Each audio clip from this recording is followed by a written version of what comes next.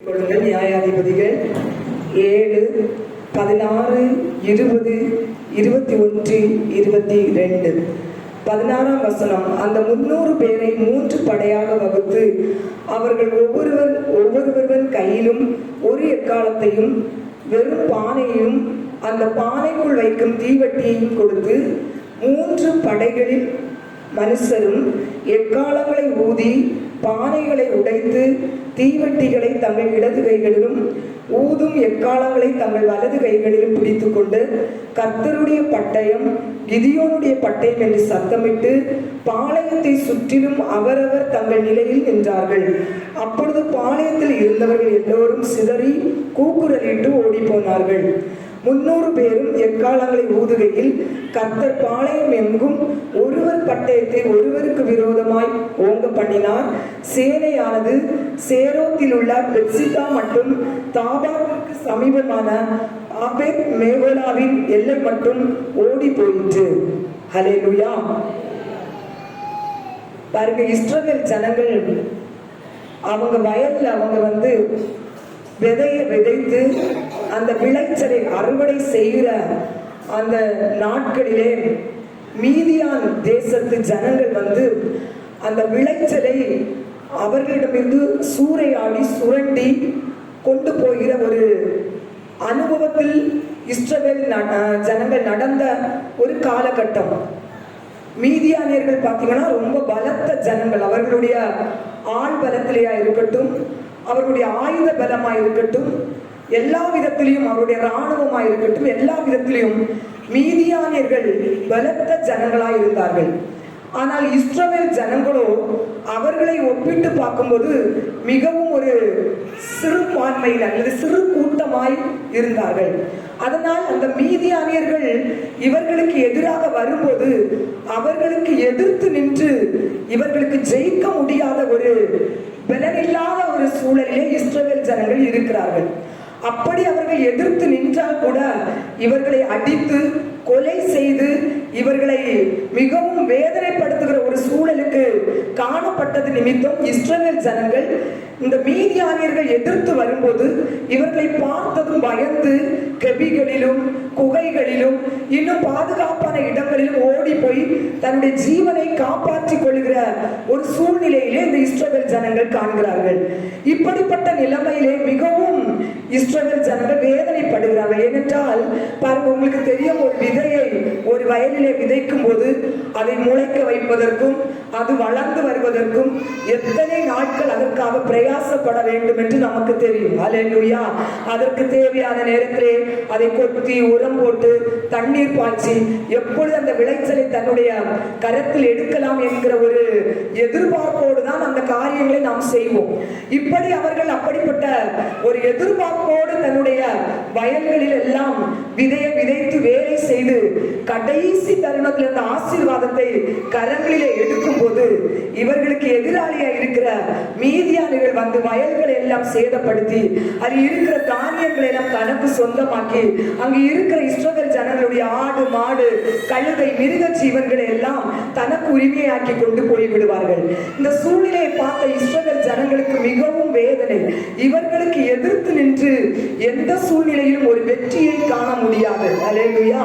ஒரு சமாதானம் இல்லாத ஒரு வாழ்க்கை வாழ்ந்து கொண்டிருக்கிற இஸ்ரவேல் ஜனங்களுக்கு கடைசியாக இதுல ஒரு விடுதலை தேவனால் மட்டும்தான் தர முடியும் என்கிற ஒரு எண்ணத்தோடு ஆண்டவரை நோக்கி இஸ்ரவேல் ஜனங்கள் முறையிடுகிறார்கள், அழுகிறார்கள், விண்ணப்பம் பண்ணுகிறார்கள். ஆண்டவரே, எங்கள் வாழ்க்கையிலே ஒரு சமாதானம் இல்லையா? நாங்கள் பிரயாசப்படுகிற பிரயாசத்தை எல்லாம் எங்களுடைய எதிராளி எங்களை அடிமைப்படுத்தி கொண்டு எங்களை வேதனைப்படுத்தி கொண்டு சுரண்டி கொண்டு போகிறாரே, இதிலே எங்களுக்கு ஒரு விடுதலை இல்லையா என்று ஆண்டவரை நோக்கி இஸ்ரவேல் ஜனங்கள் அழுது மன்றாடுகிறார்கள். அல்லேலூயா. ஆண்டவர் அவர்களுடைய மன்றாட்டை கேட்கிறார். ஆமென். இந்த ஜனங்களுடைய விண்ணப்பத்தை ஆண்டவர் கேட்கிறார். அல்லேலூயா. இன்னைக்கு நம்மளுடைய வாழ்க்கையிலே பாருங்க, நிறைய நேரத்துல நம்முடைய வாழ்க்கையிலே நமக்கு எதிராளியாக இருக்கிற பிசாசானவன் நம்முடைய ஆசீர்வாதங்களை நம் கரங்களிலே எடுக்க வேண்டும் என்று இருக்கிற அந்த காலத்திலே அவன் முழுமையாக நம்முடைய ஆசீர்வாதங்களை சூறையாடுகிற ஒரு நிலைமையை நாம் பார்க்க பார்க்கலாம். நல்ல வியாபாரம் செய்வார்கள். வியாபாரத்தின் பலனை அவருடைய கரங்களிலே எடுத்து அனுபவிக்க முடியாத ஒரு தடையை இன்றைக்கு பிசாசானவர் அநேகருடைய வாழ்க்கையிலே செயல்படுத்தி கொண்டிருக்கிறார். பிள்ளைகள் நன்றாக வளர்ந்து வருகிறார்கள்.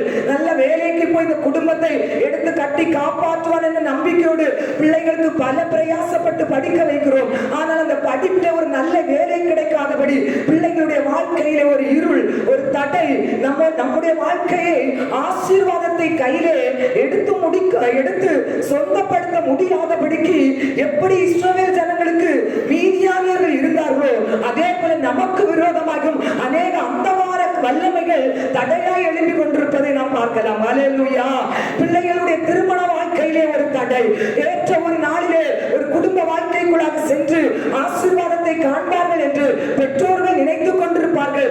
எத்தனை தான் வரன் பார்த்தாலும் அதிலே ஒரு தடை, ஆசீர்வாதத்தை அந்த குடும்பத்திலே காண முடியவில்லை. அல்லேலூயா.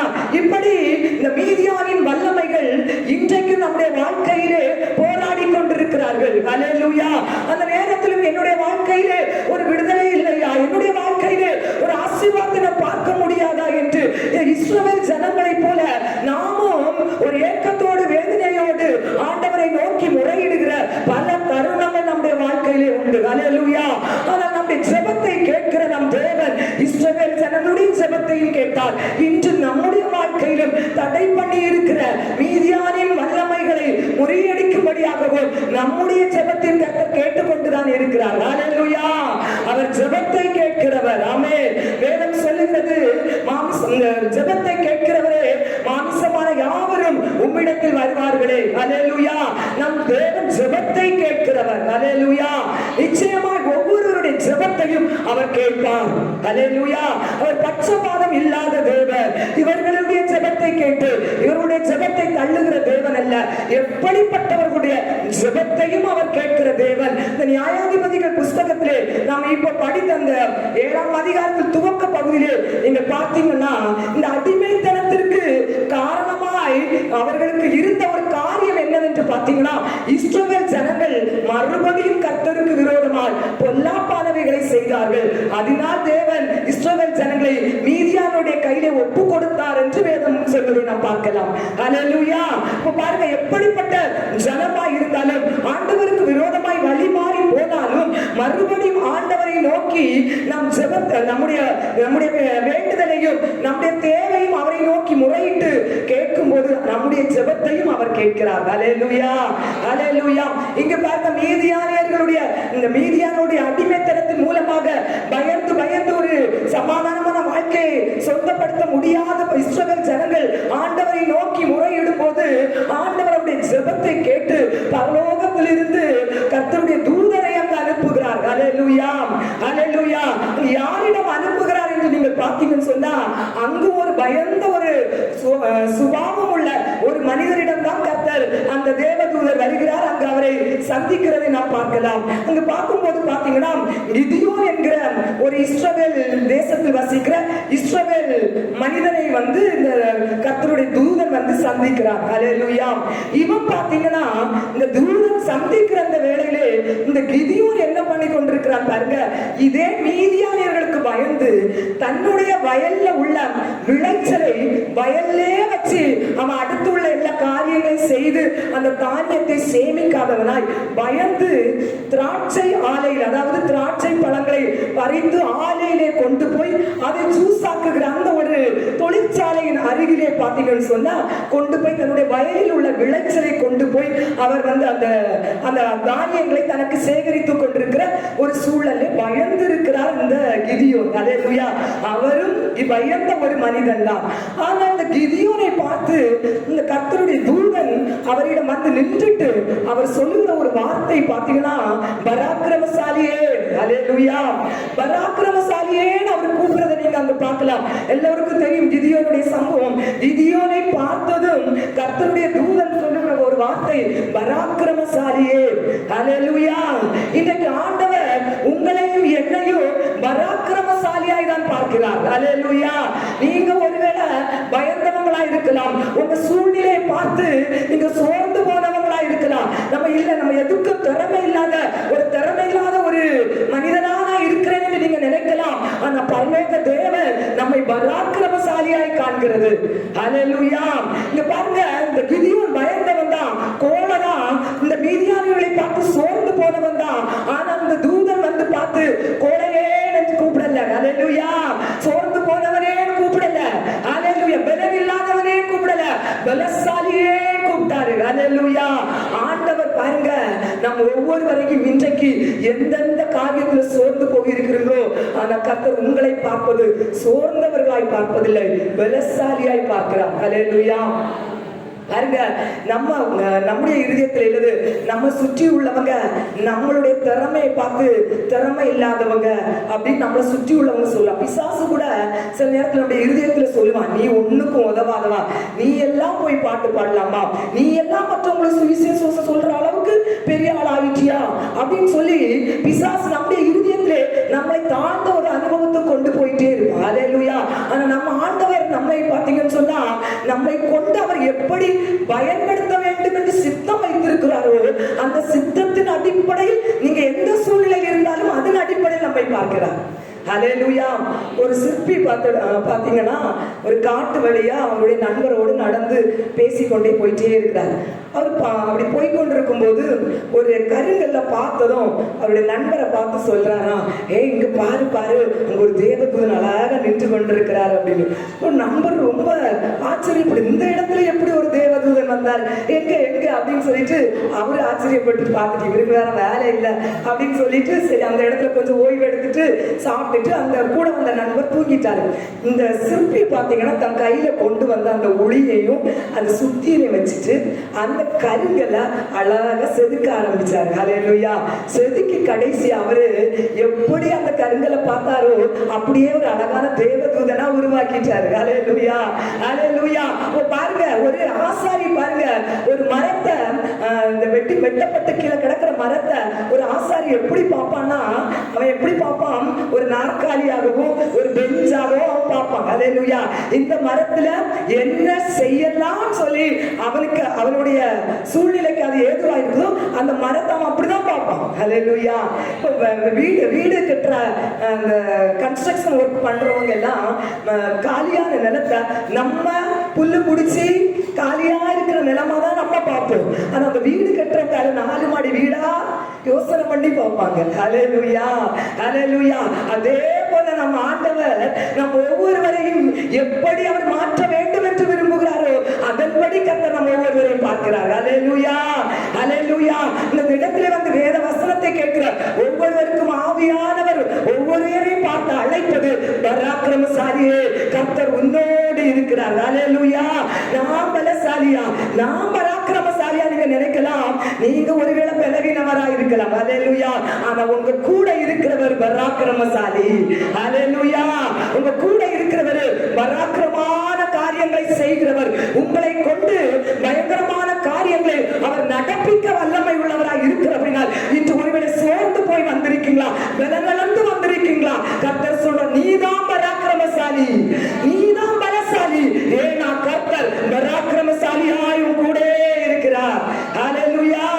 ஏசாயா 40:10 நீங்க பாருங்க, கர்த்தர் பராக்கிரமசாலியை போல புறப்பட்டு ஒரு யுத்த வீரனை போல வைராக்கியம் உண்டு சத்துருவை மேற்கொள்ளுவார். இன்னைக்கு உங்க வாழ்க்கையிலே எந்த காரியங்கள் தடையா இருக்கிறதோ தேவஜனமே, எந்தெந்த காரியங்களே ஒரு பிரயாசத்தின் பலனை நீங்கள் பார்க்க முடியாதபடி இஸ்ரவேல் ஜனங்களை போல வேதனையோடு ஒரு சமாதானம் இல்லாத வாழ்க்கையின் அனுபவத்தில் வாழ்ந்து கொண்டிருக்கிறீங்களோ, கர்த்தர் இன்றைக்கு உங்களுக்கு கொடுக்கிற ஒரு வாக்குறுதி, நீ பராக்கிரமசாலியாய் நீயே அந்த காரியங்களை உடைத்து ஒரு ஜெயத்தை பெறுவாய். ஏனென்றால் கர்த்தர் பராக்கிரமசாலியை போல உன்னோடு வந்து அவர் யுத்த வீரனை போல வைராக்கியம் உண்டு உன் வாழ்க்கையில் இருக்கிற எல்லா சத்துருக்களையும் நீயே மேற்கொள்ளும்படி செய்வார். ஹல்லேலூயா. ஹல்லேலூயா. இங்க கிதியோன் பாருங்க, பயந்தவன் தான், ஆனா ஆண்டவர் அங்க கூப்பிடுறாரு பராக்கிரமசாலியே என்று. அவன் பயந்தவன பராக்கிரமான காரியங்களை தேவன் கூட இருந்து செயல்படுத்தினார். ஹல்லேலூயா. இல்லை நீங்க விசுவாசித்தீங்கன்னா, நீங்க விசுவாசித்தீங்கன்னா ஏன் கூட இருந்து ஆண்டவர் பராக்கிரமான காரியங்களை செய்வார் என்று விசுவாசித்தீங்கன்னு சொன்னா அந்த விசுவாசம் உங்களை பலசாலியாய் மாற்ற போகிறது. ஹல்லேலூயா. எந்த சூழ்நிலையிலும் நீங்கள் தாழ்மையா உங்களை நினைக்காதுங்க. ஹல்லேலூயா.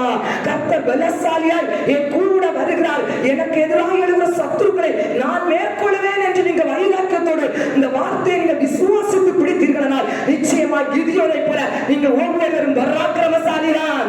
ஹல்லேலூயா. பயந்து நடுங்கின அந்த கிதியோனுக்கு நேராக வருகிற வார்த்தை பராக்கிரமசாலியே. உங்க வாழ்க்கையில எந்த காரியம் பயமுறுத்துகிற தேவஜனமே, இந்த வார்த்தை உங்களுக்கு நேராக கர்த்தர் இந்த இடத்துல இருந்து அனுப்புகிறார். நீங்க பெற்றுக்கொள்ளுங்க, நீங்க பராக்கிரமசாலிதான். ஹல்லேலூயா. கர்த்தர் உங்களை கொண்டு பலத்த காரியங்களை செய்ய போகிறார். நீங்க பயந்தது போதும், ஓடினது போதும், சோர்ந்தது போதும், நடுங்கினது போதும், ஏனென்றால் பராக்கிரமசாலி உங்களோடு இருக்கிறார். ஹல்லேலூயா.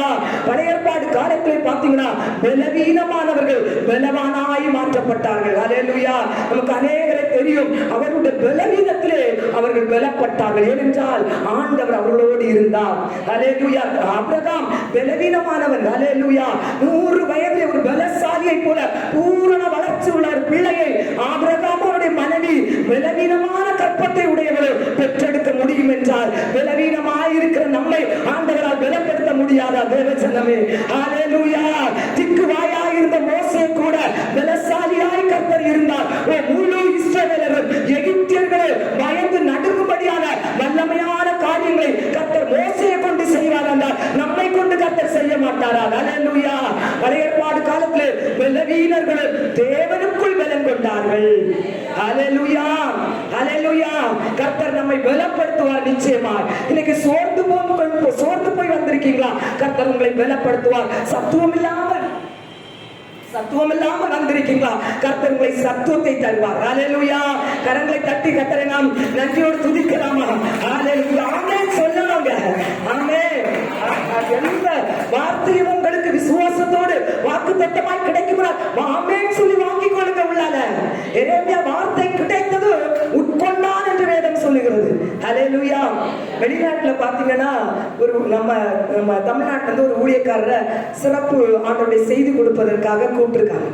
அவங்க போய் அந்த ஜனங்களுக்கு ஆவியானவர்களுடைய இதயத்துல ஆசீர்வாதமான வார்த்தைகளை, ஒரு சில வார்த்தைகளை பிரசங்கிக்கும்படியாக உணர்த்தினது நிமித்தம் அந்த வசனங்களை அவர் சொல்லிக் கொண்டிருக்கிறார். ஹல்லேலூயா. கர்த்தர் உன்னை ஆசீர்வதிக்க போகிறார். இப்போ பாத்தீங்கன்னா அந்த நாற்காலியில உட்கார்ந்தவங்க அப்படி எழுப்பி அப்படியே அந்த வார்த்தையை அப்படி பிடிக்கிறாங்க. இவருக்கு இது ஆச்சரியம். நம்ம ஊர்ல இருந்து போன ஊழியக்காரர் பயங்கர ஆச்சரியம். இது என்ன பண்றாங்க எல்லாரும் அப்படி வார்த்தைகளை சொல்லும்போது எழுப்பி இப்படி பிடிக்கிறாங்களே. பக்கத்தில் இருக்கிற ஊழியக்காரர் கேட்டாராம், என்ன உங்க விசுவாசிகள் எல்லாம் அப்படியே எழுப்பி இப்படி பண்றாங்க, நீங்க கொடுக்கிற அந்த வாக்குத்தத்த ஆசீர்வாதத்தை எல்லோரும் பிடிச்சி தனக்குள்ள சொந்தப்படுத்திட்டு இருக்காங்க. ஹல்லேலூயா. இங்க நம்ம ஒரு ஆமென் சொல்றதுக்கே நமக்கு முடியல. ஹல்லேலூயா. எந்த வார்த்தை கேட்டாலும் கொஞ்சமும் சந்தேகப்படாம விசுவாசத்தோடு பெற்று கொடுத்து பாருங்க, அதை நீங்க சொந்தப்படுத்த முடியும். ஹல்லேலூயா. ஹல்லேலூயா. இன்னைக்கு சோர்ந்து வந்திருக்கிறவர்களுக்கு கர்த்தர் பலத்தை தருவேன் என்று வாக்களிக்கிறார். ஹல்லேலூயா. இங்க பாருங்க, மீதியானியர்கள் கடற்கரை மணலை போல அப்படின்னு சொல்லப்பட்டிருக்கு. இப்ப கடற்கரை மணலை போலன்னு சொன்னாலும் பாத்தீங்கன்னா எண்ணில் அடங்காத ஜனங்கள். ஹல்லேலூயா. எண்ணில் அடங்காத ஜனங்கள் தான் இந்த இஸ்ரவேல் ஜனங்களுக்கு கிதியோனுக்கு எதிராக வர்றாங்க. ஆனா ஆண்டவர் இவர்களுக்கு எதிராக போய் ஜெயிக்கிறதுக்கு ஒரு வித்தியாசமான ஆயுதத்தை கர்த்தர் கொடுக்கிறார். இந்த கிதியோனுக்கும் அவருடைய ஜனங்களுக்கும் எதிர்த்து வந்திருக்கிற எதிரி பயங்கரமான பலம் உள்ளவர், கடற்கரை மணலத்தனையான ஜனங்கள் உள்ளவர்கள் என்று வேதம் சொல்லுது. அப்படின்னா எண்ணில் அடங்காத எண்ணிக்கைக்கு அடங்காத ஜனங்கள் தான் தேவ ஜனத்துக்கு விரோதமா வருது. ஆனா ஆண்டவர் இவங்களுக்கு சொல்றாரு, நீங்க அவங்களுக்கு எதிராக போய் அவங்களை மேற்கொள்றதுக்கு ஆண்டவர் 3 காரியத்தை இவங்களுக்கு கொடுக்கிறாரு. முதலாவது பாத்தீங்கன்னு சொல்லி படிச்ச வசனத்திலே நம்ம பார்த்தா தெரியும், ஆண்டவர் அவங்களுக்கு எதிராக யுத்தம் பண்ண 300 பேர் போனா போதும் சொல்றாரு ஆண்டவர். ஹல்லேலூயா. 300 பேர் போனா போதும். ரெண்டாவது ஆண்டவர் சொல்றாரு, ஒரு பானையை நீங்க எடுத்துடுங்க. ஒவ்வொருத்தங்களும் ஒவ்வொரு பானையா, இந்த 300 பேரும் ஒவ்வொரு பானையை எடுத்துடுங்க. மூன்றாவது பாத்தீங்கன்னு சொன்னா நீங்க ஒரு தீவட்டிய எடுத்துடுங்க. நான்காவது நீங்க எக்காலத்தை எடுத்துடுங்க. ஹல்லேலூயா. எண்ணிக்கு அடங்காத எதிராளிய போய் எதிர்க்கிறதுக்கு ஆண்டவர் தேவ ஜனத்துக்கு கொடுத்த ஆயுதம் முதலாவது 300 பேர். இஸ்ரவேல் ஜனங்கள் சில ஆயிரக்கணக்கான ஜனங்கள் இருக்கிறாங்க, யுத்த புருஷர்கள் இருக்கிறாங்க. ஆனா ஆண்டவர் அவங்க எல்லாம் வேண்டாம்னு சொல்லிட்டாரு. 300 பேர் போதும். 2வது பானை போதும். 3வது சொல்லுங்களேன் தீவட்டி போதும். 4வது எக்காலம் போதும். இதை கொண்டு உங்களுக்கு உங்க வாழ்க்கையில ஆசீர்வாதத்தை தடை பண்ற மீதியானருக்கு எதிராக போங்கன்னு ஆண்டவர் சொல்றாரு. ஒரு வித்தியாசமான ஆயுதம் இல்லையா? நீங்க கேள்விப்பட்டிருக்கலாம், கேள்விப்படாதவங்களுக்கு இது ஒரு யுத்தத்துக்கு போறதுக்கு ஒரு வித்தியாசமான ஆயுதம். ஆண்டவர் எடுக்க சொன்ன ஆயுதம் குறைஞ்ச நபர்கள், குறைஞ்ச யுத்த வீரர்கள், அது மட்டும் இல்ல பானை, அது மட்டும் இல்லாம ஒரு எக்காலம், அது பிறகு தீவட்டி. இந்த 4 காரியங்களிலும் நம்முடைய வாழ்க்கையிலே நமக்கு தடையாக இருக்கிற காரியங்களிலே நாம் எப்படி இந்த 4 காரியங்களை வைத்து ஜெயிக்கலாம் என்றுதான் நாம் படிக்க போறோம். முதலாவது நியாயாதிபதிகள் 7:6 படிக்கலாமா? சரி.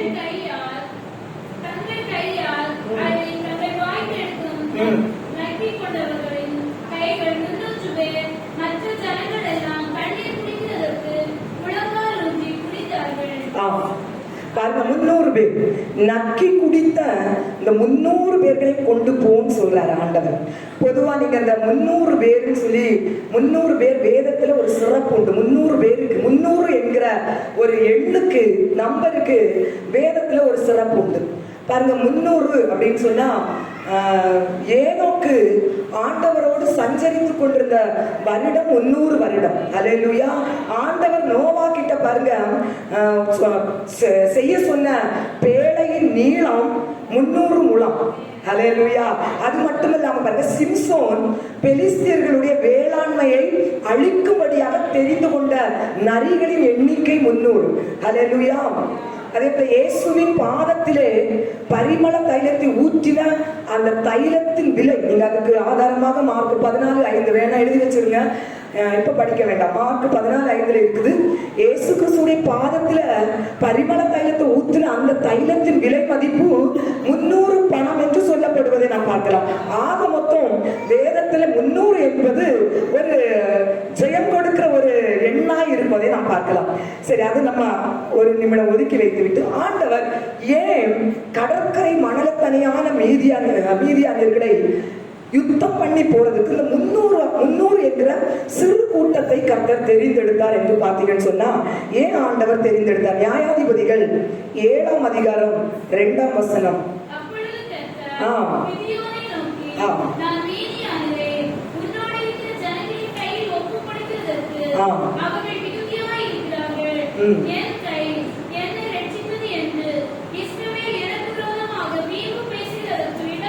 ஹல்லேலூயா. வசனத்தை கவனிச்சீங்களா? ஏன் ஆண்டவர் இந்த சிறு கூட்டத்தை அவ்வளவு பெரிய ஜனங்களுக்கு எதிராக யுத்தம் பண்றது தெரிந்தெடுத்தார்? இவ்வளவு போதும், 300 பேர் போதும், ஏன் ஆண்டவர் தெரிந்தெடுத்தார்? வசனத்தை படிக்கும்போது புரிஞ்சு கொண்டீங்களா? அவர் சொல்றாரு, என் கை என்னை ரட்சித்தது என்று இஸ்ரவேல் எனக்கு விரோதமாய் வீம்பு பேசுகிறதுக்கு இடமாகும். அதனால்தான் நான் குறைந்த அந்த ஜனத்தை தெரிந்தெடுத்தேன். ஹல்லேலூயா. ஆண்டவர் குறைந்த ஜனத்தை அங்கு தெரிந்தெடுப்பதற்கு காரணம் நான் தான், ஏன் திறமை தான், என்னுடைய ஆலோசனை தான், என்னுடைய ஆழ்பலம் தான். இதனாலதான் நான் ஜெயத்தை பெற்றேன்னு சொல்லி எனக்கு விரோதமா வசனம் சொல்லுது. வீம்பு பேசுவதற்கு இது ஏதுவாய் மாறும். அதனால இத்தனை பேர் போதும். ஹல்லேலூயா, ஹல்லேலூயா. இன்னைக்கு நிறைய நேரத்துல பாருங்க, நம்முடைய வாழ்க்கையில சில நேரத்துல 4 பக்கமும் ஒரு நெருக்கம் இருக்கும். ஆண்டவர் தான் வழி. எல்லா காரியத்திலையும் நம்ம பிரயாசப்பட்டு அதுல ஒரு தோல்வி அடைஞ்சு கடைசியா ஆண்டவரை நோக்கி நம்ம முறையிடுவோம். அவர் ஜெபத்தை கேட்கிறவர் ஜெபத்தை கேட்டு ஏதோ ஒரு சூழல்ல ஆண்டவர் நமக்கு பதில் தருவார். ஹல்லேலூயா. ஆனா நம்ம பதில் கிடைச்ச ஒரு மாதம் 2 மாதம் ஆகின உடனே சொல்லுவாங்க, இது என்னுடைய பலத்துல தான் வந்தது. அந்த நேரத்துல திடீர்னு எங்க அப்பா வந்து அந்த சூழ்நிலையில இருந்து எனக்கு ஒரு விடுதலை தந்தாங்க. எங்க அப்பா மூலமா தான் விடுதலை கிடைச்சது. ஹல்லேலூயா. அந்த நேரத்துல நான் ரொம்ப பலவீனமா இருந்தேன். அந்த நேரத்துல நல்லா படிச்ச ஒரு டாக்டர் வந்து ஒரு ஆலோசனை கொடுத்தாங்க. என் நோய் எல்லாம் மாறிட்டு, இந்த நோய் டாக்டர் தான் இந்த நோய்க்கு காரணம், நான் விடுதலை ஆகுறதுக்கு இந்த டாக்டர் தான் காரணம். இப்படி பல தன்னுடைய பணத்தையும் தன்னுடைய சொந்த பந்தத்தையும் தன்னை சுற்றி இருக்கிற எல்லா காரியத்தையும் இன்றைக்கு மேன்மை பாராட்டுவதை பார்க்கலாம். அல்லேலூயா. ஆண்டவரை நோக்கி கேட்டிருப்பாங்க, ஆண்டவர் தான் அவங்க மூலமா ஒரு பதில கொடுத்திருப்பாரு. ஆனா ஆண்டவரை மகிமைப்படுத்துறதை விட்டுட்டு ஏதோ ஒரு சந்தர்ப்ப சூழ்நிலையில எனக்கு ஒரு விடுதலை கிடைச்சுன்னு சொல்லி ஆண்டவருக்கு நேராக அவங்க பாருங்க எனக்கு விரோதமாய் வீம்பு பேசி விடுவாங்க. ஹல்லேலூயா. யார் யாரெல்லாம் ஆண்டவர் செஞ்ச நன்மைகளை என் பலத்தினால்தான், என் படிப்பினால்தான், என் திறமையினால்தான், என் சூழ்நிலை தான், என் அம்மா அப்பானால்தான், என் ஞானத்தினால்தான் சொல்லி மேன்மை பாராட்டுறவங்களோ இது ஆண்டவருக்கு விரோதமான வீம்பு பேசுறதா. ஹல்லேலூயா. தேவஜனமே, ஒரு நாள் கூட ஆண்டவருடைய சமூகத்துல வந்து கண்ணீர் வடித்து மன்றாடி சில காரியங்களை பெற்று விட்டுட்டு இந்த ஊழியத்தினாலே இல்ல, இந்த ஊழியக்காரனாலே இல்ல, அந்த ஊழியக்காரன் மூலமா ஜெபத்தை கேட்ட தேவனே இல்ல, எனக்கு ஏதோ சூழ்நிலை அப்படியே கிளிக் ஆகி கிடைச்சிட்டுன்னு சொல்லி ஆண்டவருக்கு விரோதமா நீங்க போயிட்டீங்கன்னு சொன்னா அது தேவனுக்கு விரோதமா வீம்பு பேசுறது, மனிதனுக்கு விரோதமான வீம்பே இல்ல. தேவஜனமே, அங்க போய் நான் என்னத்தை கண்டேன்? ஹல்லேலூயா. ஜெபித்தவர்களுக்கு விரோதமாய் பேசுறதும் கர்த்தருக்கு விரோதமான வீம்பு பேசுகிறது. ஹல்லேலூயா. யாக்கோபு பாத்தீங்கன்னா 4:16 ஆண்டவர் சொல்றாரு, இப்பொழுது உங்கள் வீம்புகளில் நீங்கள் மேன்மை பாராட்டுகிறீர்கள், இப்படிப்பட்ட மேன்மை பாராட்டல் யாவும் பொல்லாங்காய் இருக்கிறது. ஹல்லேலூயா. இப்ப நம்முடைய மேன்மையை நம்ம எடுத்து சொல்லும் போது தேவ பார்வையில் அது பொல்லாப்பா இருக்கிற. தேவஜனமே, எந்த காரியத்தை நீங்க ஒரு நிமிடமான ஆண்டோடைய சமூகத்துல கேட்டு அந்த காரியம் உங்களுக்கு நடந்து நான் மகிமை அவருக்கே கொடுங்க. ஹல்லேலூயா. என்னுடைய மகிமையை நான் வேறு ஒருவருக்கும் கூட என்று சொல்றாரு ஆண்டவர். ஹல்லேலூயா. இன்று விடுதலை ஆக்குறது ஆண்டவர், ஜெயத்தை கொடுக்கிறது ஆண்டவர். ஆனா மேன்மை எல்லாம் சம்பந்தமே இல்லாதவங்களுக்கு போயிட்டு இருக்குது. ஹல்லேலூயா. கர்த்தர் அனுமதிக்கவே மாட்டார் அந்த காரியத்துல. மேன்மை கர்த்தருக்குரியதே. ஹல்லேலூயா. உங்களுக்கு ஒரு டாக்டர் அந்த சூழல்ல அனுப்புறாருன்னா கர்த்தர் அனுப்புற டாக்டரா தான் இருக்கும். அந்த நேரத்துல தான் அவங்க அப்பாவே உங்க சொந்த பந்தத்தை உங்க இக்கட்டிலிருந்து விடுதலை ஆக்குறதுக்கு அந்த இடத்துல வந்தாங்க. உங்க ஜெபத்தை கேட்டவர் தான் அங்க அவரை அனுப்பி வச்சது. ஹல்லேலூயா. எல்லா புகழும் அவருக்கே. ஹல்லேலூயா. தேவஜனம் எப்பொழுதும் இந்த கர்த்தரை மகிமைப்படுத்துகிறவர்களாய் மாறுங்க. சூழ்நிலை நிமித்தம் எனக்கு நடந்தது ஒரு நாளும் சொல்லாதுங்க. கடந்த நாட்கள்ல பாத்தீங்கன்னா ஒரு சகோதரி குழந்தை பாக்கியம் இல்லாம 2-3 வருடமா குழந்தை பாக்கியம் இல்லாம இருக்கிறாங்க. மருத்துவர்கள் அவருடைய சரீரத்தை பரிசோதித்து விட்டு சொல்றாங்க, அம்மா உன்னுடைய கர்ப்பப்பையிலே பிரச்சனை இருக்கிறது, உனக்கு கரு தரிக்கிறது மிகவும் கடினமான ஒரு சூழல் அம்மா, நீ ஆண்டவரை நோக்கி ஜெபம் பண்ணு, கர்த்தருடைய கர்ப்பத்தை திறப்பாரானால் உனக்கு குழந்தை பாக்கியம் கிடைக்கும் என்று மருத்துவரே அந்த சகோதரியை சொல்லி அனுப்பிவிடுவதை பார்க்கலாம். இந்த சகோதரிக்காக அநேக ஊழியக்காரர்கள் வாரப்பட்டு ஜெபிக்கிறார்கள். சொந்த பந்தம் அவருடைய கர்ப்பப்பையிலே ஒரு உயிர் உண்டாகாதா என்று கண்ணீரோடு பல ராத்திரிகள் ஜெபித்த சொந்த பந்தங்கள் உண்டு, ஊழியக்காரர்கள் உண்டு. கடைசியா கர்த்தர் ஜெபத்தை கேட்டார். அந்த சகோதரிக்கு பாத்தீங்கன்னா ஒரு குழந்தையை கர்த்தர் கருவிலே உருவாகும்படி செய்தார். ஹல்லேலூயா. அந்த பிள்ளையை அவள் பெற்றெடுக்கும் போது பாத்தீங்கன்னு சொன்னா அவளுக்காக ஜெபித்தவர்கள் சந்தோஷத்தோடு அந்த பிள்ளையும் அவளையும் பார்ப்பதற்காக போகும்போது அவள் சொன்ன ஒரு அறிக்கை என்ன தெரியுமா? இது எல்லாருக்கும் பொதுவா இருக்கிறதா, இதனால உனக்கு குழந்தை பிரச்சனை, குழந்தை ஆகுறதுக்கு தடை ஆகாது, இது எனக்கு சாதாரண பிரச்சனை, அதனால என் உடம்புல அதுக்குள்ள ஆரோக்கியம் இருந்து அதனால எனக்கு குழந்தை கிடைத்தது. எவ்வளவு வேதனையான ஒரு அனுபவம் பாருங்க. ஹல்லேலூயா.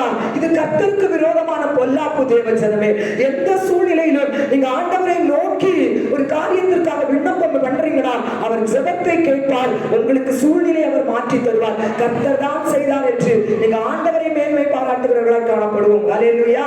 சங்கீதம் 5:5 பாருங்க, வீம்புக்காரர் உங்களுடைய கண்களுக்கு முன்பாக நிலை நிற்க மாட்டார்கள். வீம்பாய் கர்த்தருக்கு விரோதமாய் பேசுகிறவர்கள் அடுத்த ஆண்டவருக்கு முன்பாக நிலையா நிற்க முடியாது. ஹல்லேலூயா. இரண்டாவதாக பாருங்க, இந்த கிதியோனும் இஸ்ரவேல் ஜனங்களும் எடுத்துக்கொண்டு போன ஆயுதம் மண்பானை. ஹல்லேலூயா. இரண்டாவதாக இஸ்ரவேல் ஜனங்கள் எடுத்துக்கொண்டு போனது பானை. பொதுவாகவே இந்த பானை பாருங்க, அதாவது மண்பானை பலம் இல்லாததா இருக்கும் இல்லையா, அதுல ஒரு உறுதி இருக்காது, அப்படிதானே? சும்மா கை தவறி விழுந்துட்டுனாலே சில்லு சில்லா உடைச்சிடும். உறுதி இல்லாதது, பலம் இல்லாதது. இப்படிப்பட்ட பானையை கர்த்தர் அந்த மீதியானியருக்கு விரோதமாய் யுத்தம் பண்ணுவதற்காக ஆயுதமாக கொண்டு போக சொல்கிறார். ஹல்லேலூயா. அங்க அந்த ஸ்தலத்திலே கொண்டு போன பானையை உடைக்கிறார்கள். ஹல்லேலூயா. பானை உடைக்கப்படுகிறது. நம்முடைய வாழ்க்கையிலே தடையாய் இருக்கிற சில காரியங்கள், சமாதான குறைச்சலை கொண்டு வருகிற சில அந்தகார வல்லமைகளை நாம் மேற்கொள்வதற்கு அந்த ஸ்தலத்தினுடைய பானை உடைய வேண்டும். தேவ ஜனமே, பானை என்றால் என்ன? வேதம் பானையை எதற்கு ஒப்பிடுகிறது என்றால் நம்முடைய சரீரத்தை, அந்த மண்ணான பானையை நம்முடைய சரீரத்துக்கு ஒப்பிடுவதை நாம் பார்க்க முடியும். ஹல்லேலூயா. ஆதியாகமத்திலே கர்த்தர் மனுஷனை சிருஷ்டிக்கும் போது இரும்பை எடுத்து மனிதனை உண்டாக்கினார் என்று வேதம் சொல்லவில்லை. ஹல்லேலூயா. வெண்கலத்தை எடுத்து மனிதனை கர்த்தர் உருவாக்கினார் என்று வேதம் சொல்லவில்லை.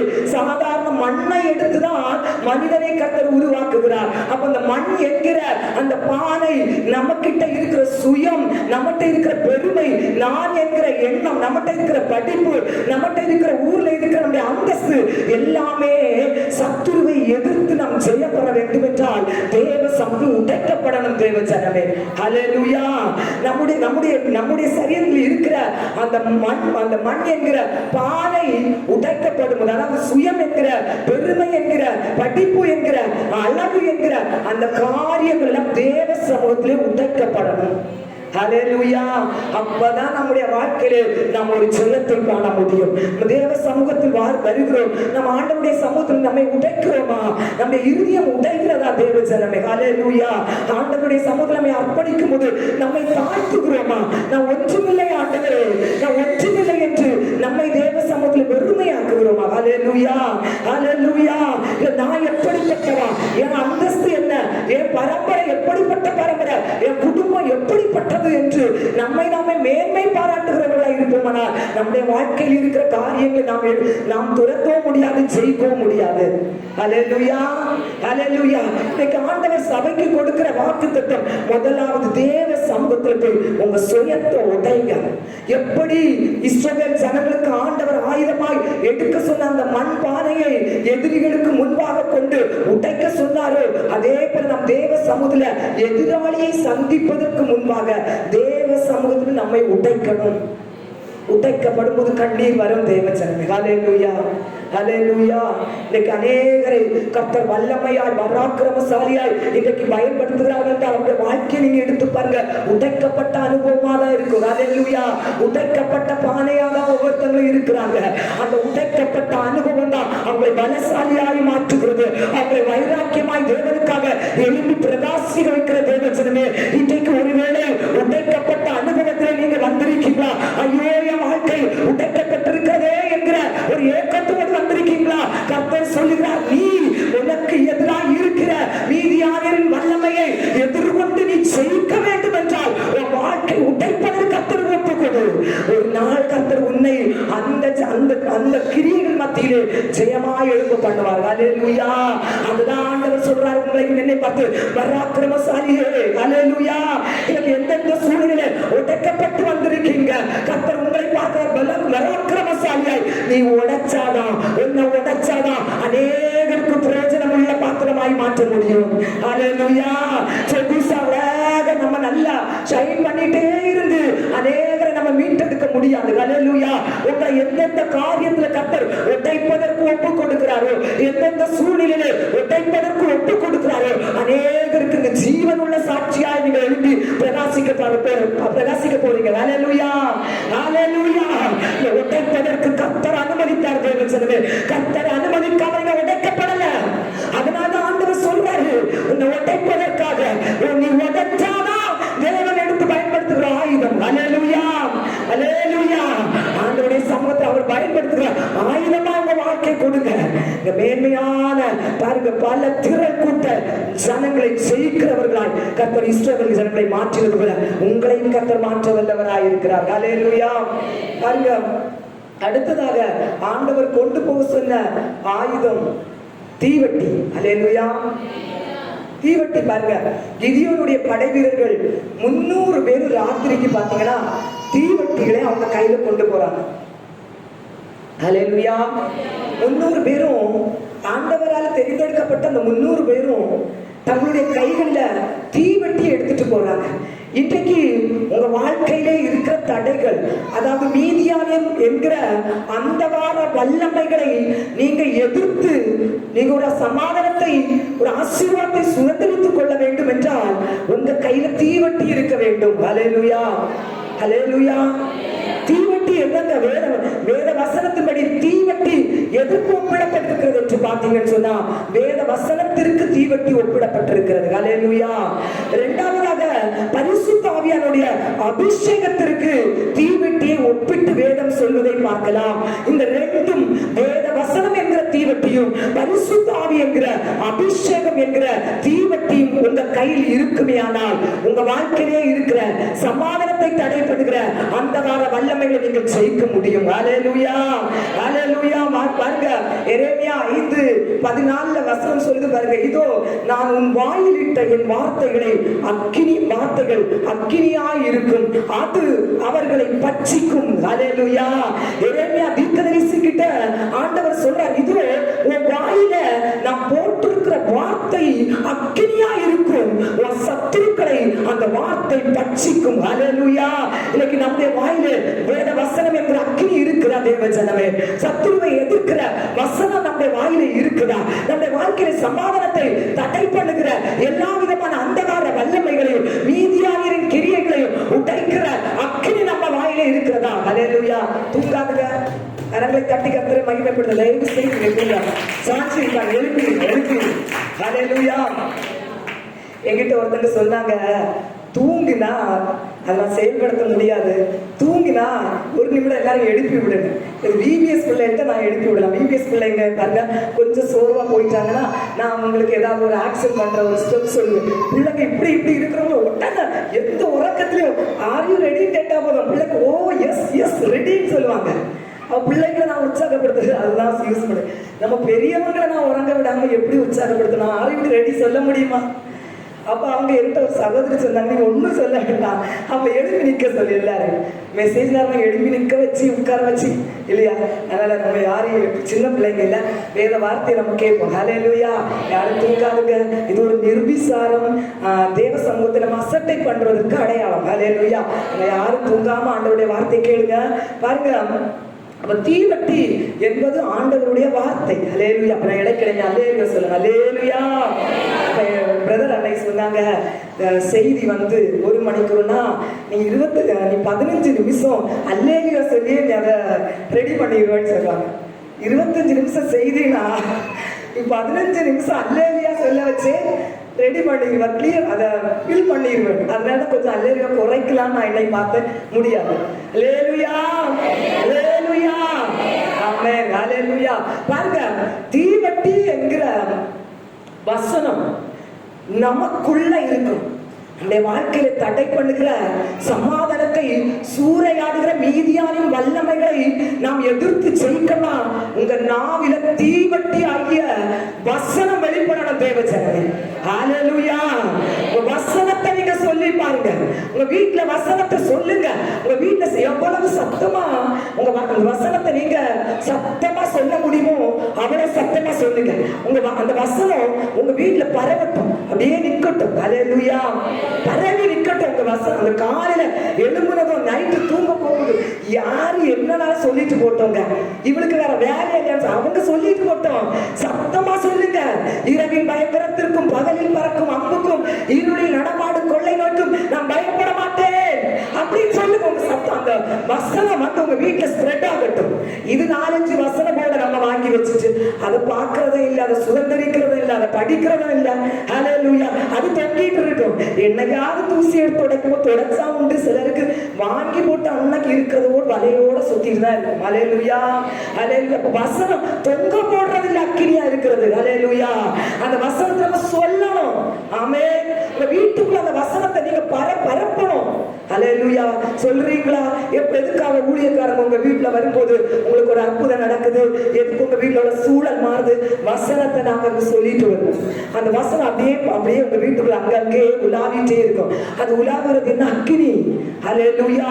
அது 23:29 சொல்லுது பாருங்க, என் வார்த்தை அக்கினியை போலவும் கண்மலையை நொறுங்கும் சம்மட்டியை போலும் இருக்கிறதல்லவோ என்று கர்த்தர் சொல்லுகிறார். அல்லேலூயா, அல்லேலூயா. ஆண்டவருடைய வார்த்தை அக்கினியை போலும் கண்மலையை நொறுக்கும் சம்மட்டியை போலும் இருக்கிறது அல்லவோ என்று கர்த்தர் சொல்லுகிறார். அல்லேலூயா. எவ்வளவு மேன்மையான வார்த்தை பாருங்க தேவஜனமே. இந்த வார்த்தை நான் நம்முடைய செய்தியில நான் ஒவ்வொரு நாளும் உங்களுக்கு சொல்லித்தாங்க, வார்த்தையை பயன்படுத்த ஆரம்பிங்க. அல்லேலூயா. உங்க வீட்டுல சமாதானத்தை கெடுக்குகிற சூழல் இருக்குதா? வார்த்தையை சொல்லுங்க. என் அலங்கத்திற்குள்ளே சமாதானமும் என் அரண்மனை சுகமும் தங்கி இருக்கும். அப்படி சொல்லுங்க. அந்த வசனம் ஆகட்டும் ஆகட்டும் பரவட்டு சமாதானம் அது அக்கினியா இருக்கு. சமாதான குறைச்சல்களை உண்டு பண்ணுகிற அந்த வார வல்லம் இந்த வசனம் போய் சுட்டரித்துக் கொண்டே இருக்கும். அல்லேலூயா. இதை விட்டுட்டு நம்ம புலம்பி இருந்து எதையுமே சாதிக்க முடியாது. எடுத்து ஆயுதத்தை பயன்படுத்துங்க. ஆண்டவர் சொல்ற ஆயுதத்தை கொண்டு போ. அல்லேலூயா. இன்னைக்கு மீதியானியர் இஸ்ரவேல் ஜனங்களுக்கு எதிர்த்து வந்த அந்த மீதியானியர்கள் விடவுமா நம்ம வீட்டுல போற பிரச்சனைகள் போராடுது? அல்லேலூயா. நம்ம வாழ்க்கையில பிரச்சனை போராடுது? இல்லவே இல்லை. அவங்கள்டே ஆண்டவர் தீவட்டியை கொண்டு போகும்னு சொன்னா உங்க வாழ்க்கையில போராடுங்க. எல்லா மீதியானவருடைய வல்லமையும் எதிர்ப்பதற்கு உங்க கையில இருக்கிற இந்த தீவட்டியை நீங்க எடுத்து பயன்படுத்துங்க தேவஜனமே. ஹல்லேலூயா, ஹல்லேலூயா. இதன் மூலமாக கர்த்தர் உங்க மூலமாக கர்த்தர் அந்த ஸ்தலத்தில் மகிமைப்படுவார். ஹல்லேலூயா. இரண்டாவதாக பாருங்க, பரிசுத்த ஆவியின் அபிஷேகத்தை தீவட்டிக்கு ஒப்பிட்டு சொல்வதை நாம் பார்க்க முடியும். ஹல்லேலூயா. பரிசுத்த ஆவியின் அபிஷேகம் நீங்க பாருங்க, அப்போஸ்தலர் 2:3 அதுக்கு முன்பாக உபாகமம் 5:26 இந்த பரிசுத்த ஆவியின் அபிஷேகம் ஏன் அக்கினியா இருக்குதுன்னு பாருங்க. நாங்கள் கேட்டது போல அக்கினியின் நடுவில் இருந்து பேசுகிற ஜீவனுள்ள தேவனுடைய சத்தத்தை மாம்சமானவர்களில் யாராவது கேட்டு உயிரோடு இருந்தது உண்டா? ஹல்லேலூயா. ஏன் பரிசுத்த ஆவியின் அபிஷேகம் அக்கினி என்று நாம் வேதத்தை நாம் தியானித்துக் கொண்டிருக்கும் போது தேடி கொண்டிருக்கும் போது பாருங்க, இந்த வசனத்தை கர்த்தர் எனக்கு உணர்த்தினார். ஏன் பரிசுத்த ஆவியின் அபிஷேகம் அக்கினி? ஏனென்றால் வசனம் சொல்லுகிறது, நாங்கள் கேட்டது போல அக்கினியின் நடுவில் இருந்து பேசுகிற ஜீவனுள்ள தேவனுடைய சத்தத்தை மாம்சமானவர்கள் யாராவது கேட்டு உயிரோடு இருந்தது. நம் தேவன், நாம் ஆராதிக்கிற தேவன் அக்கினியாய் இருக்கிறார். அல்லேலூயா. அநேக இடத்துல வேதத்திலே பார்க்கும்போது அவர் பட்சிக்கிற அக்கினியாய் இருக்கிறார் என்று வேதம் சொல்வதை பார்க்கலாம். அல்லேலூயா. அவருடைய பிரசன்னத்துல யாரும் போய் உயிரோடு இருக்கவே முடியாது. அவ்வளவு மகிமையான பிரசன்னத்துக்குள்ளே வாசம் பண்ணுகிற தேவன் தான் நாம் ஆராதிக்கிற தேவன். அல்லேலூயா. அவருடைய பிரசன்னத்தை நாம் உணர்ந்தோமானால் ஆண்டுடைய சமுத்திரம் பயபக்தியா இருப்போம். அல்லேலூயா. அவர் அவ்வளவு பயங்கரமான தேவன். மோசே கிட்ட கர்த்தர் வந்து நிற்கும் போது அக்கினியாய் வந்து நிற்கிறார். அல்லேலூயா. அவர் அக்கினிமயமான தேவன். அந்த தேவனுடைய ஆவிதான் நமக்குள்ள அபிஷேகமாய் இறங்குற தேவஜனமே. அந்த தேவனிடம் இருக்கிற உயிர் தான் இன்றைக்கு நீங்களும் நானும் பெற்றுக் கொண்டிருக்கிற பரிசுத்த ஆவியின் அபிஷேகம். அதனால அது அக்கினியா இருக்கிறது. அல்லேலூயா. நமக்கிட்ட இருக்கிற சத்துருவை எதிர்க்கிற, நம்முடைய வாழ்க்கையில சில அடிமைப்படுத்தி வைத்திருக்கிற மீதியானுடைய வல்லமையை நாம் எதிர்கொள்வதற்கு இந்த தீவட்டி என்கிற அபிஷேகத்தோடு போனா மட்டும்தான் நாம் ஒரு ஜெயத்தை பெற முடியும். அல்லேலூயா. அதற்கு அந்த உன்னத தேவனுடைய ஆவி நமக்குள்ள அபிஷேகமாய் இறங்கி இருக்க வேண்டும். அல்லேலூயா. பரிசுத்த ஆவியின் அபிஷேகத்தோடு நாம் தீவட்டியை எரிய வைத்துக் கொண்டு போய் இருக்கும்போது நமக்கு ஒரு ஜெயம் கிடைக்கும். அப்போஸ்தலர் 2:3 பாருங்க, அக்னிமயமான நாவுகள் போல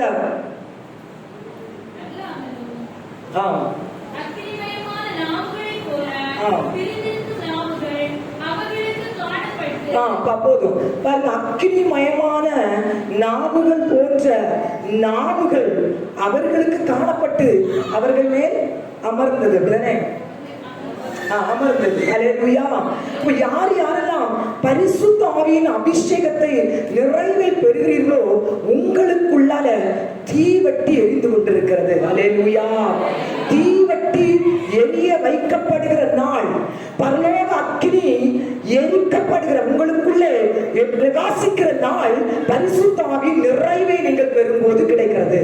அல்லேலூயா. அக்கினி என்கிற பரிசுத்த ஆவி என்கிற தீவட்டி உங்களுக்குள் இருந்தால் நீங்கள் சத்துருவை எதிர்த்து ஜெயம் பெற முடியும். அல்லேலூயா. இன்னைக்கு அநேகருக்கு பாருங்க, அந்த தீவட்டி வாங்கிடுவாங்க ஆண்டவருடைய சமூகத்துல, அல்லது ஆண்டவரே எல்லாரும் ஆவியில ஆராதிக்கிறாங்க, எனக்கும் அந்த பாஷையை நானும் பேசணும், அதுல ஒரு குறை எனக்கு இருந்துடக்கூடாது, எனக்கு வேணும் வேணும் வேணும்னு கேட்பாங்க, வாங்கிடுவாங்க. ஆனா அந்த தீய அணைய வச்சுட்டு இருப்பாங்க. அல்லேலூயா. தீ அணைச்சிருக்கும். சில வாங்கிடுவாங்க, தீ பத்த வச்சிருவாரு ஆவியானவர், தீ உள்ளுக்குள்ள அணைச்சிருக்கும். கேட்டா தீ இருக்குன்னு சொல்லுவாங்க, ஆனா தீ அங்க அணைச்சுதான் இருக்கும். அல்லேலூயா. அணைச்சிருக்கிற தீவட்டியை கொண்டு போய் சத்துருவை நம்ம எதிர்க்கவே முடியாது. தேவ ஜனமே, உங்க தீ உள்ள எரிஞ்சுட்டே இருக்கணும். அல்லேலூயா. அதான் பக்தன் சொல்றான், எரிந்து கொண்டே இருப்பேன் எப்போதுமே உமக்காய், என் ஜீவன் பிரியும் வரை எரிந்து கொண்டே. நம்ம பாடுறோம் இல்ல, அந்த பாட்டு தெரியுமா? பாடுறோம், எரிஞ்சுட்டே இருப்பாப்பா, நான் எரிஞ்சுட்டே இருப்பேன். எரியுறோமா ஆண்டவருக்காக? நமக்குள்ள பரிசுத்த ஆவியானவர் அனலாய் நமக்குள்ள எரிந்து கொண்டிருக்கிறாரா? இல்ல பெற்றுக்கொண்ட பரிசுத்த ஆவியானவரை நாம் துக்கப்படுத்தி வைத்துக் கொண்டிருக்கிறோமா? வசனம் சொல்லுது, மீட்கப்படும் நாளுக்கென்று முத்திரையாக பெற்ற பரிசுத்த ஆவியானவரை துக்கப்படுத்தாம இரு. வாங்கிட்டியே, இந்த உன்னதமான வாக்கியத்தை, உன்னதமான ஆசீர்வாதத்தை சொந்தப்படுத்தி வச்சுட்டு அவரை துக்கப்படுத்தி வச்சிருக்கிறியா? அந்த அக்கினியை எழுப்பி எடுத்து நீ எரிய வச்சு கொண்டிருக்கிறியா? தேவச்சனமே, நம்ம 10 வருடம் 20 வருடம் நம்ம ஆவிக்குரிய ஆராதனையில வந்து ஆராதிக்கிறோமே, ஒரு ரட்சிப்பின் அனுபவத்தோடு ஜெபிக்கிற ஜெப அனுபவத்தோடு நாம் இருக்கிறோமா? இல்ல இந்த பரிசுத்த ஆவி என்கிற அக்கினியோடு தேவ சமூகத்திலே நாம் இருந்து ஜெபிக்கிற ஒரு அனுபவத்திலே நாம் ஆளுகிறோமா? அல்லேலூயா. நான் ரட்சிக்கப்பட்ட அனுபவத்தோடு தேவ சமூகத்தில் போய் ஜெபிக்கிறேன் என்கிற அனுபவத்தில் உள்ளவர்கள் நிச்சயமாய் நான் சொல்லுகிறேன், நீங்க அந்த வார வல்லமைகளுக்கு எதிராக நீங்க போய் யுத்தம் பண்ணி மேற்கொள்ளவே முடியாது. உங்க அக்கினி உங்களுக்குள்ளாரு எரிந்து கொண்டிருந்தாதான், அந்த தீவட்டி எரிந்து கொண்டிருந்தாதான் நீங்க உங்களுக்கு விரோதமாக எப்பேற்பட்ட மீதியானவர்கள் வந்தாலும் அவர்களை எதிர்த்து ஜெயிக்க முடியும். அல்லேலூயா. அல்லேலூயா. அந்த அபிஷேகத்தினாலே நம் ஆண்டவருக்குள்ளாலே நாம் இன்னும் அதிகமாய் நிரப்பப்படுகிற அனுபவத்திலே வருவோம். அல்லேலூயா. பெற்றுக்கொண்ட ஆவியானவருடைய அபிஷேகம் துவக்கத்திலே உங்களுக்கு 2 வார்த்தை 3 வார்த்தை கிடைக்கும். அதை வைத்து விட்டு சோர்ந்து போகாதவர்களாய் இந்த வார்த்தையை உங்களுக்குள் பேச ஆரம்பிங்க. அல்லேலூயா. 2 வருஷத்துக்கு முன்னால கிடைச்ச பரிசுத்த ஆவியானவர் என்கிற அந்த அபிஷேகத்தின் நிறைவினால் கிடைக்கப்பட்ட உன்னதத்துக்குரிய அந்த ரகசிய பாஷையை 2 வச்சிட்டு இருக்கேன்னு சொன்னா அது நம்முடைய கிறிஸ்தவ வாழ்க்கையிலே ஒரு பரிதாபத்துக்குரிய அனுபவத்தில் நாம் சென்று கொண்டிருக்கிறோம் என்று அர்த்தம். அல்லேலூயா. ஆவியானவர் நமக்குள்ள எரிந்து கொண்டிருக்கிறது அடையாளம். புதிய புதிய புதிய பரலோக பாஷை நம்ம நாவிலிருந்து வெளிப்படணும். ஹல்லேலூயா. ஹல்லேலூயா. 1 2 வச்சிட்டு இருக்க கூடாது. எப்படி அதை நீங்க பயன்படுத்த முடியும் பாருங்க. நீங்க புதிய பாஷையை பெறுகிற அன்னைக்கு எப்படி ஒரு குழந்தை தத்தி தத்தி அம்மா அப்பா அம்மா அப்பான்னு சொல்லுது, அதே போலதான் உங்க வாயில கிடைக்கும். அந்த பிள்ளை அடுத்தது பாருங்க, அந்த குழந்தை போக போக 2 மாசம் 3 மாசம் கழிச்சு கரெக்டா அப்பான்னு சொல்லும் இல்லையா, அம்மான்னு சொல்ல, பாட்டின்னு சொல்ல கரெக்டா. அப்படி அந்த பிள்ளை ஒவ்வொரு நாளுக்கும் இந்த பேச்சுல ஒரு வளர்ச்சி அந்த குழந்தைக்கு உண்டாகி கொண்டிருக்கிறது. ஹல்லேலூயா. அன்னைக்கு வாங்கின அப்பா அம்மான்னு சொல்லி 10 வயசுலயும் போய் அப்பா அம்மான்னு சொன்னா அம்மாவுக்கும் போவார, அப்பா அவருக்கு வேற வேலை இல்லைன்னு சொல்லி பார்த்தாலே கோவப்படுவாங்க. நம்ம ஏசப்பா கோவப்பட மாட்டாரு, ஆனா சந்தோஷப்பட மாட்டாரு. ஹல்லேலூயா. அப்ப நீங்க வாங்குற வார்த்தையை வச்சுட்டு அப்பா அம்மான்னு வச்சுட்டு இருக்க கூடாது. பால் குடிக்கிற சூழல்ல இருக்க கூடாது.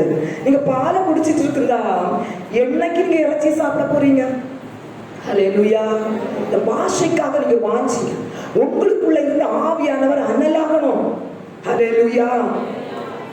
ஆவியானவர் உங்களுக்குள்ள அனல் ஆக ஆக ஆக பாருங்க, உங்களை கொண்டு கர்த்தர் எப்படிப்பட்ட சூழ்நிலைகளை கர்த்தர் சாத்தியமாக்குறாரு பாருங்க. கிதியோன பலசாலியாய் பராக்கிரமசாலியாய் கண்ட தேவன் உங்கள் ஒவ்வொருவரையும் பராக்கிரமசாலியாய் பார்க்கலாம். ஏனென்றால் இந்த தீவட்டியை மகளுக்கு நான் கொடுத்திருக்கிறேன். இந்த தீவட்டி அவன் ஒவ்வொரு நாள் எரிய வைப்பான்னு நம்பிக்கைதான் உங்களையும் என்னை பராக்கிரமசாலியேன்னு கர்த்தர் கூப்பிடுறாரு. நீங்க சொல்லுவீங்க, நான் பராக்கிரமசாலியாய் மாறப்போகிறேன், ஏனென்றால் எனக்குள் இருக்கிற அக்கினி எரிந்து கொண்டே இருக்கும். ஹல்லேலூயா. ஹல்லேலூயா. ஆண்டவருக்காக நான் எரிந்து கொண்டே இருப்பேன் சொல்லுங்க. ஆமென். இந்த வார்த்தையை நீங்க பேச ஆரம்பிங்க, பேச ஆரம்பிங்க, ஆரம்பிக்க ஆரம்பிக்க ஆரம்பிக்க வரங்கள் இந்த வார்த்தையின் மூலமாக செயல்பட ஆரம்பிக்கும். நீங்க பாருங்க, 2 வார்த்தை வச்சுட்டு இருக்கிறவங்க அவங்கள்ட்ட வரங்கள் வெளிப்பட்டு இருக்கிறத நீங்க பார்த்திருக்கீங்களா? ஹல்லேலூயா. 2 வரம் கிடைச்ச அன்னைக்கு எப்படியோ ஆண்டவர் ஈவா கொடுத்த பரிசுத்த ஆவியின் அபிஷேகத்தினால் கிடைச்ச அந்த அந்நிய பாஷை, அந்த ரகசிய பாஷையை பேசுற 2 வார்த்தை வச்சுட்டு இருக்கிறவங்க தீர்க்க தரிசனம் சொல்லுவாங்களா, ஆவி பிசாசை விரட்டுவாங்களா, ஆவிகளை பகுத்தறிவாங்களா, வசனத்தை போதிச்சிடுவாங்களா, ஊழியம் பண்ணுவாங்களா? ஒன்றும் பண்ண முடியாது. ஹல்லேலூயா.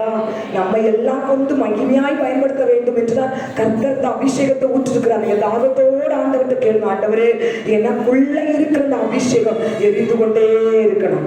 ஹல்லேலூயா. ஆண்டவரை ஆராதிக்க நிறைய உண்டு. இன்னைக்கு நமக்கு நேரம் போதாதுன்னா நான் அதை சொல்லலை. ஆராதிக்கும் போது நல்லா ஆராதிங்க. ஹல்லேலூயா. சில நேரத்துல உங்கள்கிட்ட இருக்கிற அனல் அணைச்சி போகும். ஆனா புகைச்சிட்டு தான் இருக்கும். பெற்ற தீ புகைச்சிட்டு இருக்கும், பத்தாது. அந்த தீ பத்தணும்னு சொன்னா பத்துறவங்களுக்கு பக்கத்துல நிக்கணும்.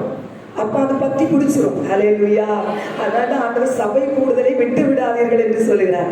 ஆவியோடு ஜனங்கள் ஆராதிக்கும் புகைஞ்சிட்டு இருக்கிற நீங்களும் எலும்ப தொடர்பீங்க. ஹல்லேலூயா.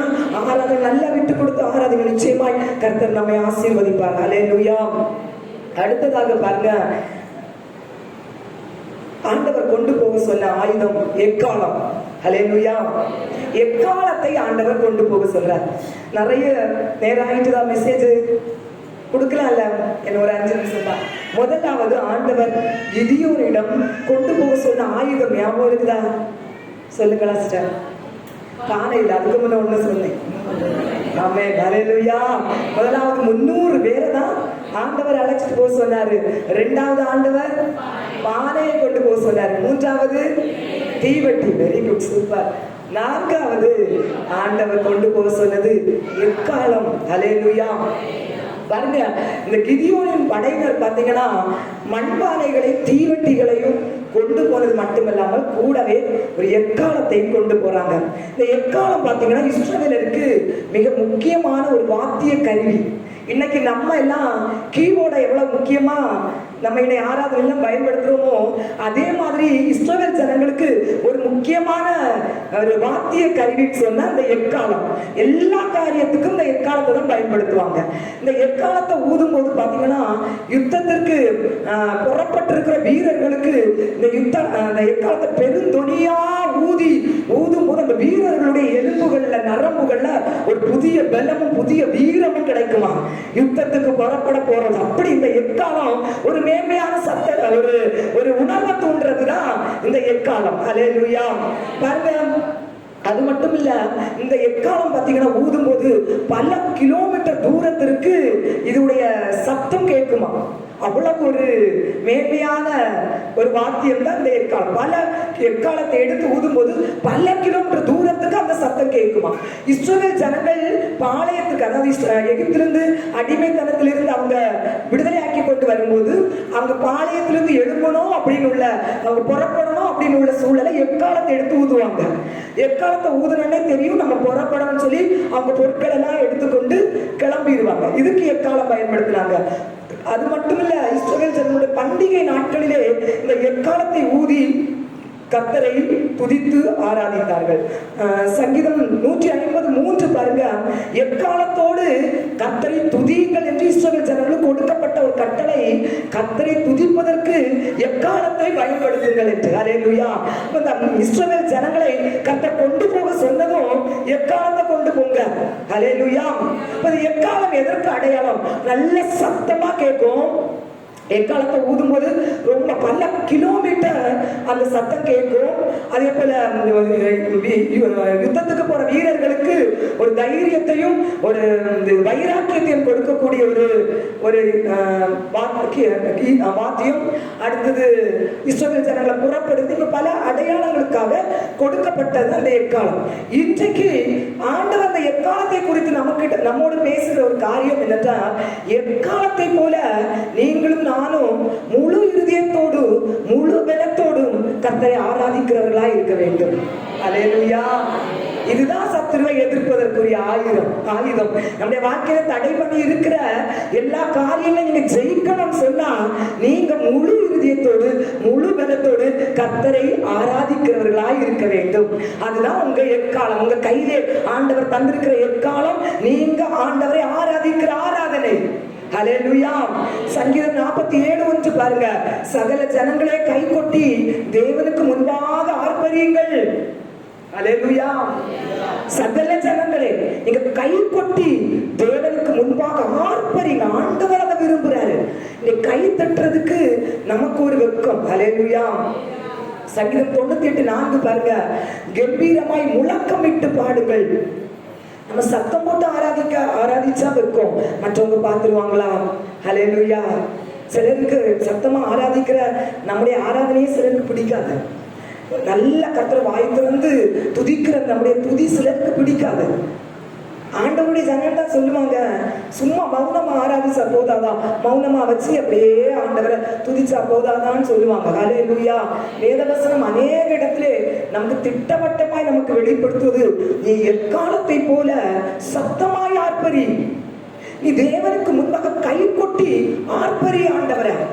ஹல்லேலூயா. நீங்க மௌனமா முழங்கி இருந்தா எந்த சூழலையும் உங்களுக்கு விரோதமாய் வந்திருக்கிற வல்லமைகளை நீங்க எதிர்க்கவே முடியாது. ஒரு சத்தமாய் ஆண்டவரை ஆராதிக்க ஆரம்பிங்க. நம்ம வீட்டுக்குள்ள இருந்து 12 மணி 1 மணிக்கு நம்ம சத்தமா எக்காலத்தை போல ஆராதிக்க முடியாது, ஆர்ப்பரிக்க முடியாது. ஆனா ஆண்டவருடைய சமூகத்துல நீங்க எவ்வளவு சத்தமா ஆராதிக்கலாம். ஹல்லேலூயா. அந்த இடத்துல நீங்க மௌனமா வந்தா நம்ம வாழ்க்கையில தடை பண்ணிட்டு இருக்கிற ஆசீர்வாதமும் மௌனமாக கடந்து செல்லும். ஹல்லேலூயா. வசனம் சொல்லுது பாருங்க, சங்கீதத்துல கைத்தாளத்தோடு கர்த்தரை துதியுங்கள். செப்பனியா 3:14 பாருங்க. சீயோன் குமாரத்தியே கம்பீரித்து பாடு, இஸ்ரவேலரே ஆர்ப்பரியுங்கள், எருசலேம் குமாரத்தியே முழு இருதயத்தோடு மகிழ்ந்து களிகூறு. ஹல்லேலூயா. முழு இருதயத்தோடு தேவ சமூகத்துல வந்து மகிழ்ந்து களிகூர்ந்து ஆண்டவரை ஆராதிக்கிற அனுபவத்திலே நாம் வரணும். ஹல்லேலூயா. வந்தோம் சும்மா கை தட்டணும் தூங்கணும் அப்படின்னு இல்லாம நம்முடைய ஆத்மா ஆண்டவரை மகிழ்ந்து களிகூறுகிற ஒரு அனுபவத்தை கொடுக்கிற ஆராதனையாய் அந்த ஆராதனை மாற வேண்டும் என்கிற தாகத்தோடு நம்ம வரணும். அப்பதான் நம்முடைய வாழ்க்கையில் ஒரு விடுதலையை நம்ம சொந்தப்படுத்த முடியும். நம்ம ஒவ்வொருவருக்கும் ஒரு ஏக்கம் என்ன இருக்கு, நான் என் ஆண்டவரை ஆராதிக்க போறேன், முழு இருதயத்தோடு ஆராதிக்கணும். ஆண்டவர் நம்ம இருதயத்தை பார்க்கிறாங்க. ஹல்லேலூயா. ஹல்லேலூயா. நீங்க ஒருவேளை நல்லா கை தட்டி வாய் திறந்து பாடுற பாக்குற எனக்கு அந்த சிஸ்டர் அந்த பிரதர் நல்லா ஆராதிக்கிறாங்கன்னு எனக்கு தோணும். ஆனா அந்த இருதயம் எங்க இருக்குன்னு உள்ளது எனக்கு தெரியாது. அந்த இருதயம் முழு ஈடுபாடோட தான் ஆண்டவர் ஆராதிக்குதான் உள்ளத அவரு ஒருவர் தான் அறிஞ்சிருக்காரு. ஹல்லேலூயா. ஆண்டவர் சொல்ற அந்த ஜனங்கள் என்னை உதட்டினாலே துதிக்கிறார்கள், உதட்டினால ஆராதிக்கிறாங்க, ஆனா அவங்க உள்ளமோ எனக்கு தூரமா இருக்கிறது என்று. ஹல்லேலூயா. உதட்டுல துதிக்கிறது கர்த்தர் விரும்பல, உள்ளத்தின் ஆழத்திலிருந்து ஆண்டவரை ஆராதிக்கிறத கர்த்தர் விரும்புகிறார். ஹல்லேலூயா. நம்ம மகிழ்ந்து கர்த்தர் செய்த நன்மைகளை எல்லாம் நினைத்து மகிழ்ந்து நாம் கர்த்தரை துதித்து ஆராதிப்போம். பாருங்க, எரிகோ கோட்டையை தகர்த்த ஆயுதம் பாத்தீங்கன்னா எக்காலம் தான். ஹல்லேலூயா.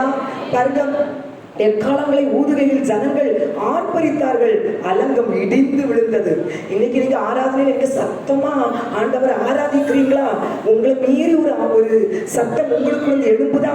நிச்சயமாய் நீங்க ஒரு சில வாரத்திலே உங்க வாழ்க்கையில் இருக்கிற சில பிரச்சனைகள் விலகுனத நீங்க உணர ஆரம்பிப்பீங்க. இங்கதான் இருந்து ஆராதிப்பீங்க, சத்தமா ஆராதிப்பீங்க. ஆனா உங்க வாழ்க்கையில சில போராடி கொண்டிருந்த அடிமைத்தனத்தின் வல்லமைகள் உங்களை விட்டு வெளியேறுகிறத நீங்க அடையாளமாக காண முடியும். இன்றைக்கு நீங்கள் சத்தமாய் ஆராதிக்கிற ஆராதனை. ஹல்லேலூயா. இப்போ உங்களுக்கு அதோடைய மேன்மை தெரியாம இருக்கலாம். ஆராதித்தவர் அந்த மேன்மையான காரியங்களை கிரியை செய்வார். ஹல்லேலூயா. வீட்டிலே ஒரு மாற்றத்தை கர்த்தர் தருவார். ஆமென். ஹல்லேலூயா. இங்க பாருங்க, ஆண்டவர் சொன்ன இந்த ஆயுதங்கள் எல்லாம் அப்படியே கீழ்ப்படிந்து கிதியோனும் அந்த ஜனங்களும் எடுத்துட்டு போறாங்க. எந்த கேள்வியும் கேட்கல. ஆண்டவரே, பானை எதுக்கு? ஆண்டவரே, 300 பேர் எதுக்கு? ஹல்லேலூயா. தீவட்டி எதுக்கு? எக்காலம் எதுக்கு? யுத்தம் பண்றதுல எதுக்குன்னு ஒரு வார்த்தை கேட்க கேட்கல, சொன்னாரு, கீழ்ப்படிந்தாங்க. வசனம் பாருங்க, எக்காலங்களை ஊதி பானைகளை உடைத்து தீவட்டிகளை தங்கள் இடது கைகளிலும் எக்காலங்களை தங்கள் வலது கைகளிலும் பிடித்து கர்த்தருடைய பட்டயம் கிதியோனுடைய பட்டயம் என்று சத்தமிட்டார்கள். மீதியானவர்கள் எல்லோரும் கூக்குரலிட்டு ஓடி போனார்கள் என்று வேதம் சொல்லுகிறது. ஹல்லேலூயா. இன்னைக்கு கர்த்தர் உங்களோடு பேசியிருக்கார் தேவஜனமே. இந்த 4 ஆயுதங்களையும் ஒரு கேள்வி கூட கேட்காம இன்று முதல் நீங்க எடுத்துக்கொண்டு போங்க, செயல்படுத்த ஆரம்பிங்க. உங்க வாழ்க்கையில எதிராக இருக்கிற எல்லா காரியங்களையும் கர்த்தர் எல்லாவற்றையும் சிதறடித்து உங்களுக்கு முன்பாக கூக்குரலிட்டு, ஐயோ உங்களுக்கு முன்பாக நிற்க முடியலே சொல்லி பயந்து ஓடும்படியாக ஒரு கிரியை கர்த்தர் உங்கள் மூலமாக, எப்படி கிதியோன் மூலமாக கர்த்தர் அந்த மீதியானியர்களை முறியடித்த ஒரு ஜெயத்தை கொடுத்தாரோ, அதே போல இன்றைக்கு நீங்கள் தேவ பார்வையில் கிதியோனா இருக்கிறீர்கள். அல்லேலூயா. உங்களை கொண்டுதான் கர்த்தர் உங்க குடும்பத்தில் இருக்கிற மீதியானின் வல்லமை சிதறடிக்க போகிறார். அல்லேலூயா. உங்களை பார்த்து மீதியானின் வல்லமைகள் கூக்குரலிட்டு ஓட போகிற தேவ ஜனமே. அதற்காக நாம் முதலாவது நம்மை மேன்மை பாராட்டாதவர்களாய், நம்முடைய சுயத்தை உடைத்தவர்களாய், அடுத்ததாக அபிஷேகத்தையும் வேத வசனத்தையும் எடுத்து எப்பொழுதும் பயன்படுத்துகிறவர்களாய், அது மட்டுமல்ல கர்த்தரை சத்தமாய் ஆராதிக்கிறவர்களாய், முழு இருதயத்தோடு ஆர்ப்பரிக்கிறவர்களாய் மாறுங்க. நிச்சயமாய் மீதியானவர்களை முறியடிக்க கர்த்தர் ஒரு பராக்கிரமசாலியாய் அவர்களோடு இருந்து ஜெயத்தை கொடுத்தவர். உங்க வாழ்க்கையில் எந்தெந்த அந்தகார வல்லமைகள், எந்தெந்த காரியங்கள் சமாதான கேட்டை உண்டு பண்ணி கொண்டிருக்கிறதோ, எந்தெந்த காரியங்கள் உங்க வாழ்க்கையில் ஆசீர்வாதத்தை கரத்தில் எடுத்து காண முடியாதபடி போராடி கொண்டிருக்கிறதோ, அந்த வல்லமைகளை உங்களை கொண்டே கர்த்தர் மாற்றி ஒரு ஜெயத்தை தருவார். அல்லேலூயா. கரங்களை கட்டி கர்த்தரை மகிமைப்படுத்துகிற எத்தனை விசுவாசிங்க. நாம் பிரயாசப்படுகிற பிரயாசம் வல்லமை காணவில்லை. கர்த்தர் இன்று முதல் வல்லமை காணும்படியாக கர்த்தரை பராக்கிரமசாலியாய் பயன்படுத்த போகிறார். அல்லேலூயா. வார்த்தை கேட்ட தேவஜனம் ஒவ்வொருவரும் கிதியோனுக்கு கொடுத்த அபிஷேகத்தை கர்த்தர் தருகிறார். அல்லேலூயா. அன்று தேவனுடன் கிதியோனுக்கு முன்பாக வந்து நின்று பராக்கிரமசாலியே கர்த்தர் உன்னோடு இருக்கிறார் என்று சொன்னது போல, இன்றைக்கு இந்த ஊழியத்தை வந்து தேவ ஜனத்திற்கு பரலோக தேவன் கொடுக்கிற ஒரு உன்னதமான வாக்குத்தத்தம், பராக்கிரமசாலியே கர்த்தர் உன்னோடு இருக்கிறார். அல்லேலூயா. அல்லேலூயா. கர்த்தர் உங்களோடு இருக்கிறார்கள். ஏன்னா நாம் ஆராதிக்கிறது ஒரு பராக்கிரமசாலி, ஒரு யுத்த வீரனை போல வெற்றித்து நமக்காக எழும்புகிற தேவனாய் இருக்கிறவர்கள். விசுவாசத்தோடு இந்த வார்த்தையை பிடித்துக் கொள்ளுங்கள். நிச்சயமாக வாழ்க்கையில் ஒரு ஜெயத்தை தருவார்.